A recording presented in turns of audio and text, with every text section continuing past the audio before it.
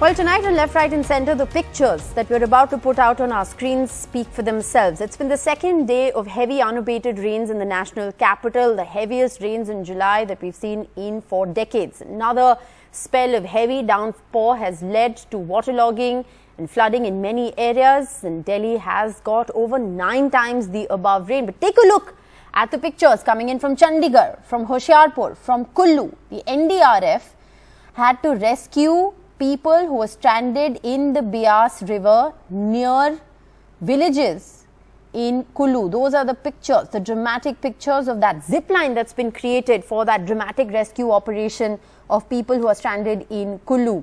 Himachal Pradesh, remember, is a state that people throng to in large numbers to beat the heat in the plains. The Beas River there is in full spate.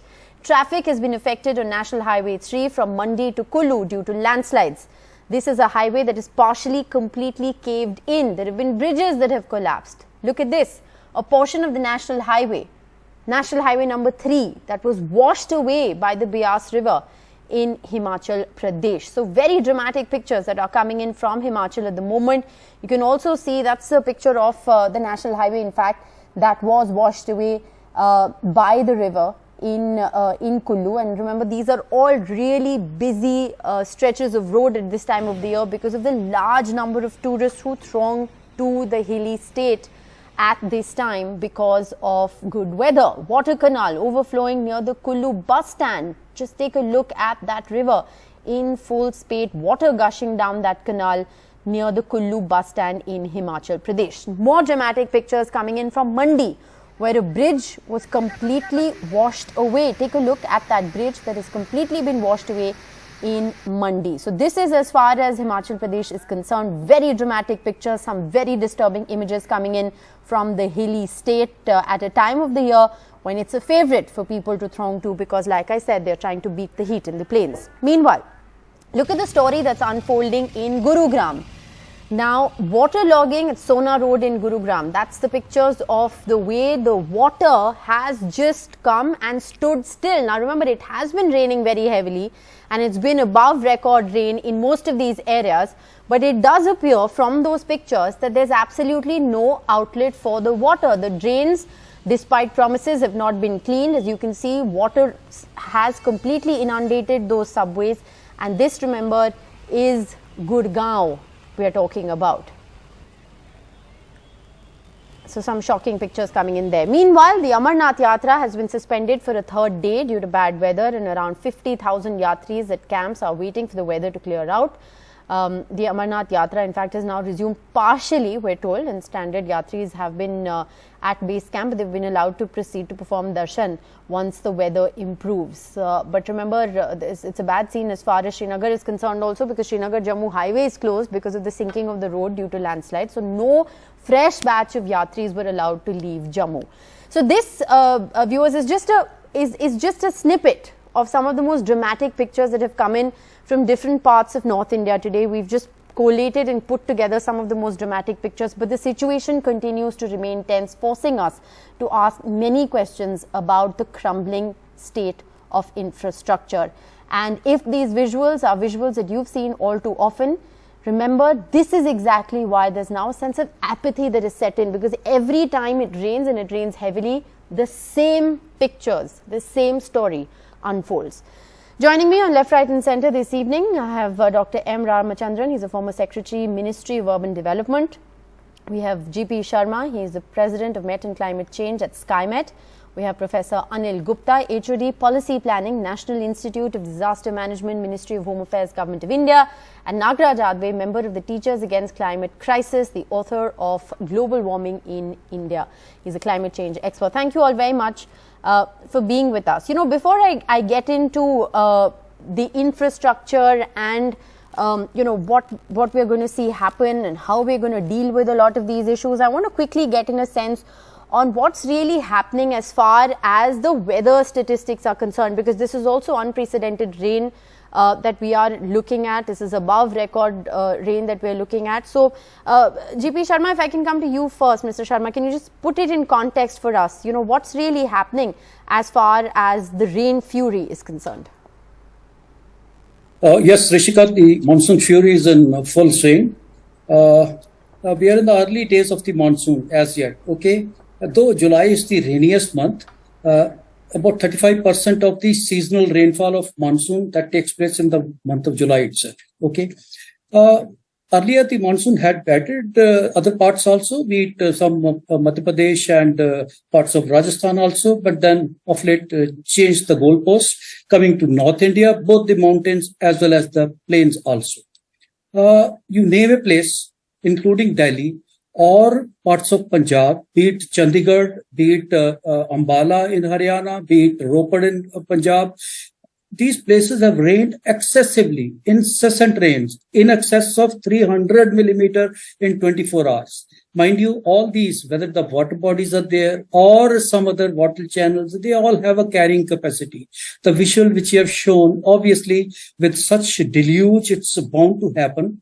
And it was a combination of the western disturbance and the earlier remnant of that low pressure which was there in the Bay of Bengal and that traveled right through and reached up to parts of Rajasthan. These two systems, they are working in tandem and then causing this fury, excessive fury, and then obviously there is a deluge over a lot of pockets. The particularly mountains. Obviously, mountains are different. Mountain rains, they're more complex. The problem becomes exponential because of the terrain, because of difficulty as such, and that's what we are facing. Okay, I think the fury, I think its peak is already there. The spike and the burst, I feel, should be getting over soon, and then we recover in the next couple of days. Yes, please. All right, but very quickly before I move on, what's the forecast for the next couple of days, especially as far as, Himachal Pradesh is concerned, as far as Punjab is concerned, as far as Jammu and Kashmir are concerned, because, like you said, it's a lot more complicated to manage heavy rains in the hilly states. Absolutely. Before I say that the monsoon fury is going to last for another 24 hours as far as the mountains are concerned. We know it started with the Jammu Kashmir region, shifted to Himachal. Uttarakhand still is vulnerable. I will give it another 1 day for Uttarakhand, where we have to be very, very cautious. More caution I would like to extend for the mountain is even after the rains stop, with so much of rains, incessant rains, everything is saturated. We should not get complacent once the rains stop. So you're saying that the next 24 hours essentially is very critical. Nagaraj Adve, I want to very quickly come to you at the moment, because look at the phenomena that we're talking about here, and I think Mr. Sharma has just put this entire story in context in terms of what's happening with the rain. But all India rainfall as of July 9th is 81% above normal. How do we look at these numbers?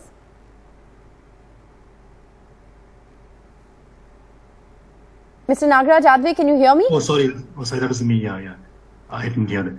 Well, I see. The thing is that the question really is whether this kind of extreme rainfall and whether this being 81% above average has any connection with climate change. It would need an attribution study to prove that link as to whether this specific rainfall event has the fingerprint of climate change.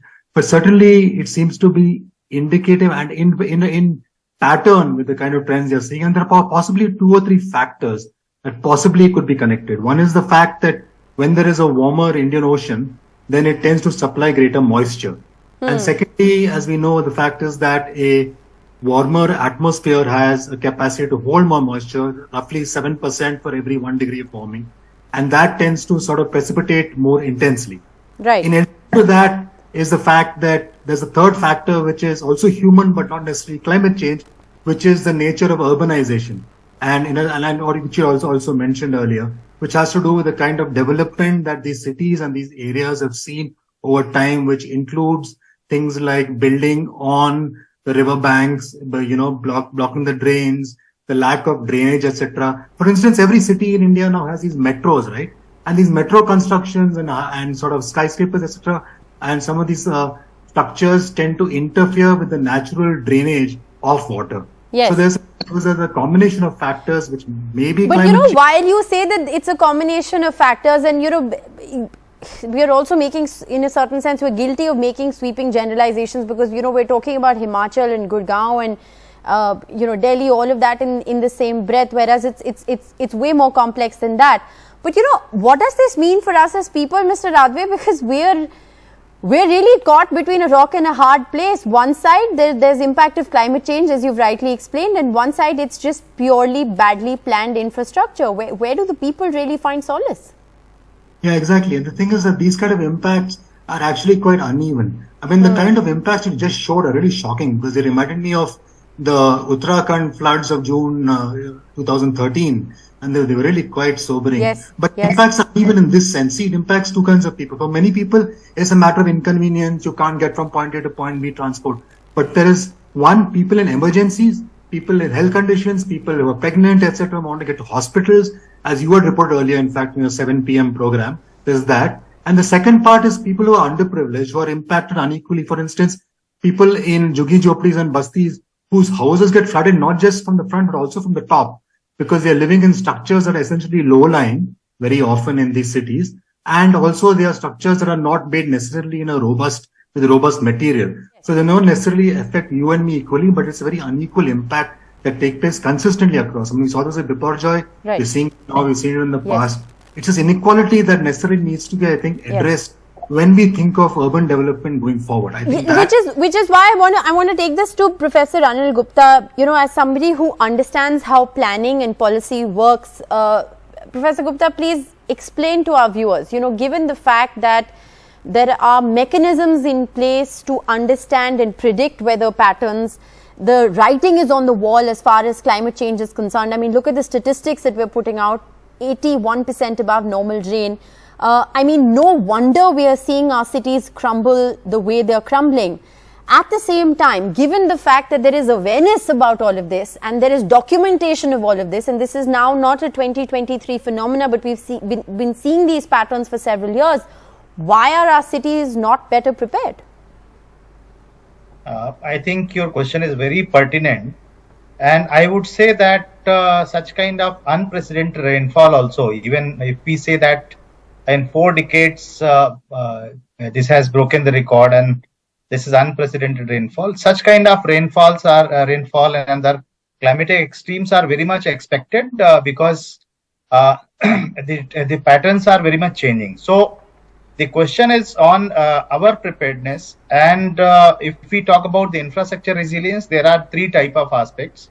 One is short term, other is medium term, and third is the long term intervention. So the making our infrastructure system resilient is not only a short-term intervention but a long-term intervention also. Right.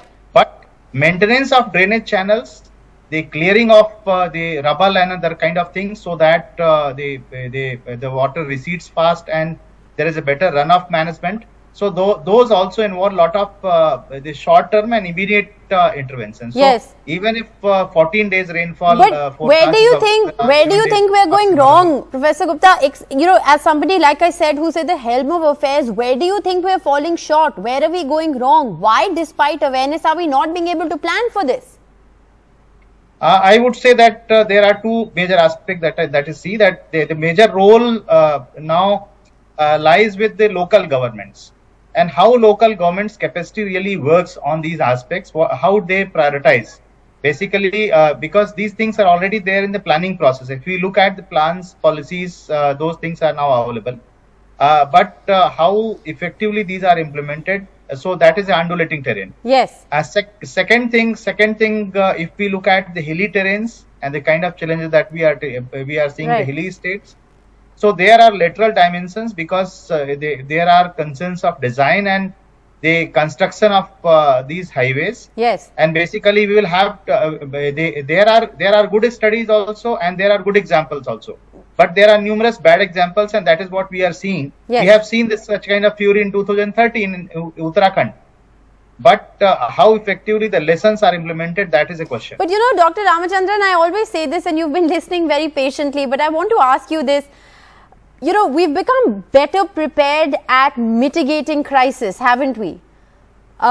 We've become better at damage control. Our responses have become quicker in adverse weather events. We're very quick to rescue people. We're very quick to shift people to safer locations. So all of that, in a certain sense, we've now mastered, but we still haven't been able to prevent something as basic as waterlogging in our cities when it rains heavily. Why do you think this is the case? Well, it's a fact that what needs to be done probably has not been done fully.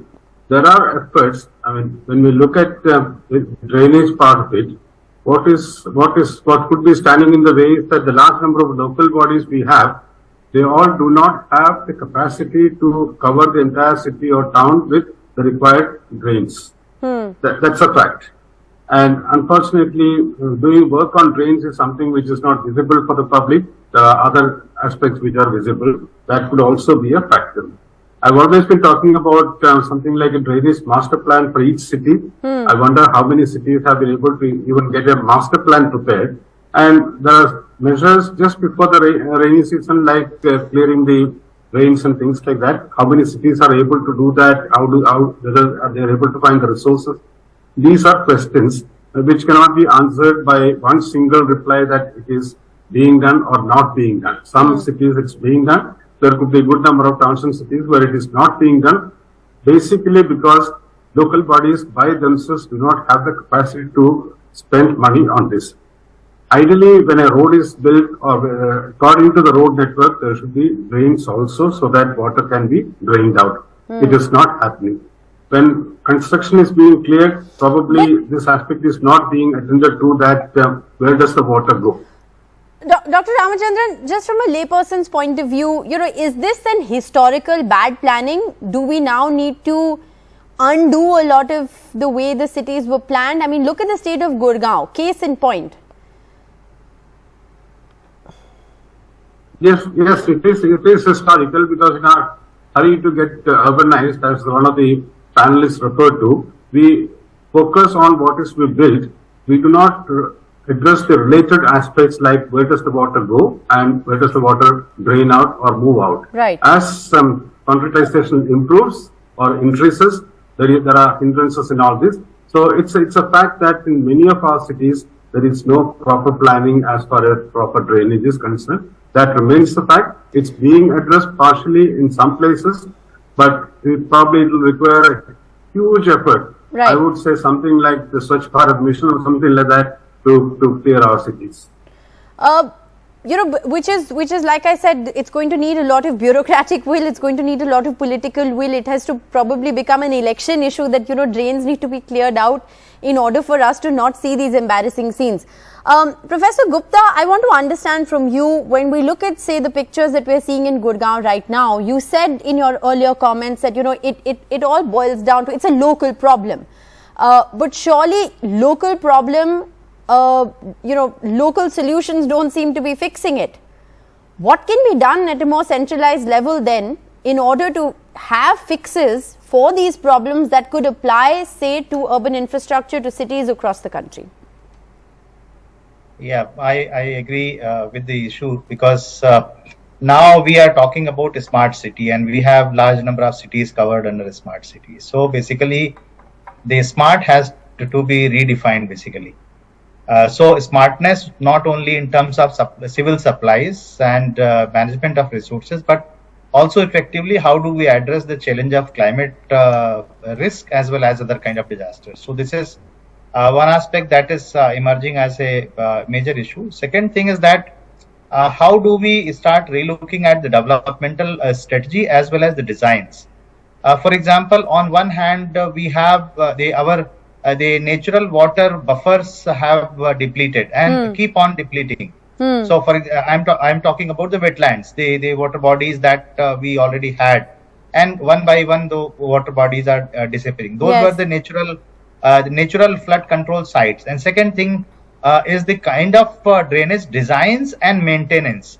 So the three aspects are very important. How are we really managing? And second thing, we have seen that now cavities are also coming up, like in Rohini. We saw. So basically, where the entire chunk of the road has caved in. Yes. So basically, health of the infrastructure is also important. So design, then maintenance, and then what is the current health? So there has to be a regular check. I want to, you raised a very important point about smart cities. And that's in fact the visual of that entire road that's caved in Rohini that we're putting out.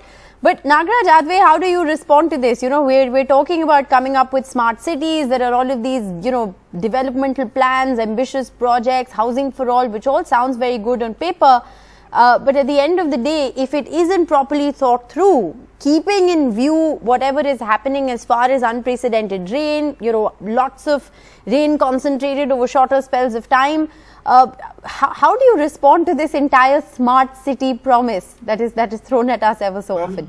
Yeah, you know, I think we need to think of sort of urban growth, not just in terms of smart cities, but looking at it from the bottom up. That's one. And secondly, we need to think in the very long term. Now, bottom up would include, for instance, actually building more robust housing for the urban poor. And that has the added advantage of potentially increasing employment. You could, for instance, have an urban NREGA and link that to building housing for the poor. And some states do have an urban NREGA, but it needs to be in all states and all towns. That's one. Secondly, we need to have a more robust infrastructure, because clearly from the images that you showed, the current infrastructure has not been built to take the kind of more intense rainfall that we're seeing, right? So we need to be thinking in the long term. But you know, it's going to increase in two ways. You know, there's going to be one, more intense rainfall, but also mind you, yes, so we've actually had less rainfall in the last few decades, and that's going to actually increase going into the future. So our future infrastructure needs to take that into account. But, you know, put this in perspective for us, Dr. Ramachandran. I asked this question to Professor Gupta as well. Where does the buck stop? I mean, this is, at the end of the day, these are homes of taxpayers. Where is the taxpayers' money going if cars are submerged, if people can't get out of their homes? I mean, like I said, we're very quick to shut schools. We're very quick to have notices being issued in Gurugram saying, please advise all corporate employees to work from home because there's adverse weather warning. Why can't we fix our infrastructure? No, fixing infrastructure may not be there cannot be one single line answer to this, because there are efforts on and there is work going on. But as I said, if for a city of a certain size and dimension, the requirement for drains is something like, say, 500 kilometers or 100 kilometers, whatever the figure, whether one can provide for that and one has a proper plan to work it out in such a way that water gets drained out. Yes. This has not been attempted in the earlier years. Some attempts are going on now, and some major projects are also being taken. I quite often quote the project about Mumbai, where 1,000 crores were given by the central government for a specific program. So it's possible, but it requires huge funds. And as I said, the urban local bodies by themselves will not be able to find the type of resources. It depends on what type of priority the state attaches to specific cities. If not for all the cities, for X number of cities, I think the work should be taken up. And well, like I said, you know, at the end of the day, it does boil down to a sense of apathy, doesn't it? A sense of apathy that stems from a sense of fatigue when we look at these pictures all too often. Today, it's a story of Gurugram. Yesterday, it was a story of Mumbai. Tomorrow, it will be a story of Bangalore. It is essentially the same story, sadly, that plays out, you know, every time there is inclement weather or heavy rains, which by all means are going to continue. As we've put it in context and perspective, there's 81% above normal rainfall as of today. And in the face of this monsoon fury and the civic apathy, it is the people, you and I, who are caught between a rock and a hard place. It's a conversation we'll continue to have. That's all the time we have on Left, Right and Centre tonight. Good night and thanks for watching.